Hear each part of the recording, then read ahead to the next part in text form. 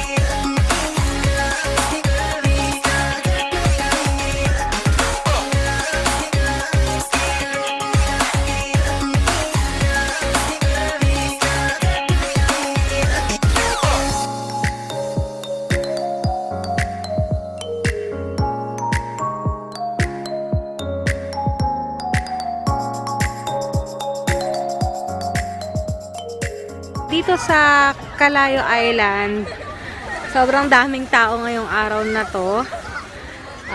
Because it's weekend. Syempre, lahat naman na pupunta natin na lugar, basta weekend, asahan na natin na matao.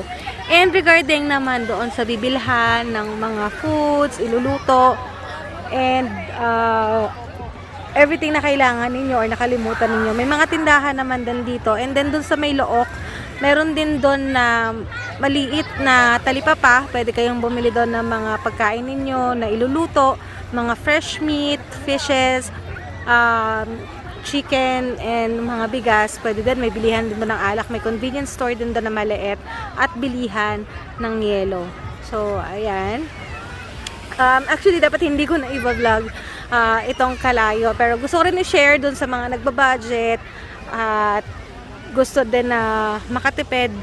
So, pero gusto naman ng beach. So, ito. This is perfect for you. Hindi na magkakaroon ng any hassle sa part ninyo. Yung nakita ninyo kanina na magandang sunset, dito ko yun kinunan sa Calayo. Right after na pagpunta namin from Loren. So, yan. Dito siya. Ayan. So, mayroon din siyang mga katabing mga resort na magaganda. Pwede din kayong mag-book. May mga FB page sila. So, doon kayo po pwedeng mag-book. So, ayun. And anyway, so may dumaan. Doon ko naalala. Regarding with the signal, unlike doon sa Loren Island, walang signal dito. Walang signal ang Globe and Smart. Walang data. Only, ano lang, pang text lang kung Smart, pero Globe talaga as in dead spot. Ayan guys, ito yung sinasabi ko sa inyo mga tindahan outside ng Calayo. So ayan, tour ko kayo. Para siyang, ang style niya is para siyang nasa, kung napunta na kayo ng El Nido or ng Bora, parang gano'n siya. And ayan, so medyo malayo yung parking area nila, and it's amounting sa 200 pesos bago ka makapag-park. So may kukunin lang kami. Ayan. So kung meron kayong sariling sasakyan, pwede naman yan. Pwede din kayong mamasahe or mag-commute. So PITX lang, PITX. Then going here, diretso lang naman. So from Kabyang Tunnel, diretso lang din, may kita nyo na doon yung Holy Child Multipurpose and daycare. So yun yung pinaka landmark papunta dito. So medyo malayo lang talaga yung parking. Kaya dapat yung mga gamit ninyo. And anyway, pwede din kayo magdala ng sarili ninyong tent. Wala naman siyang bayad.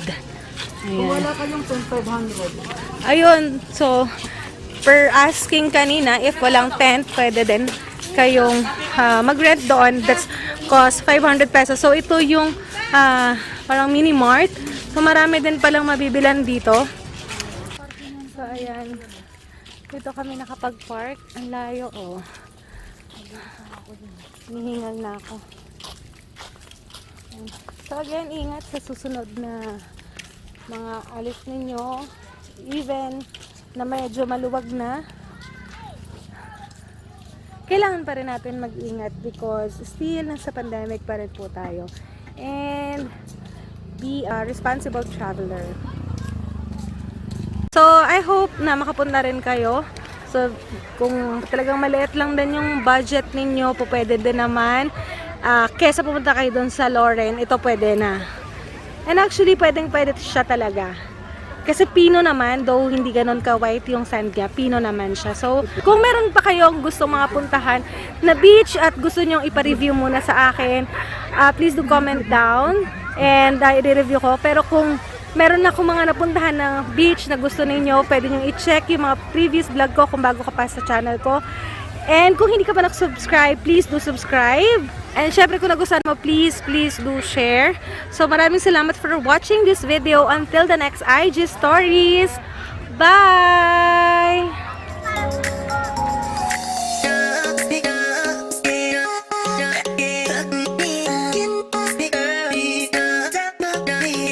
Yeah.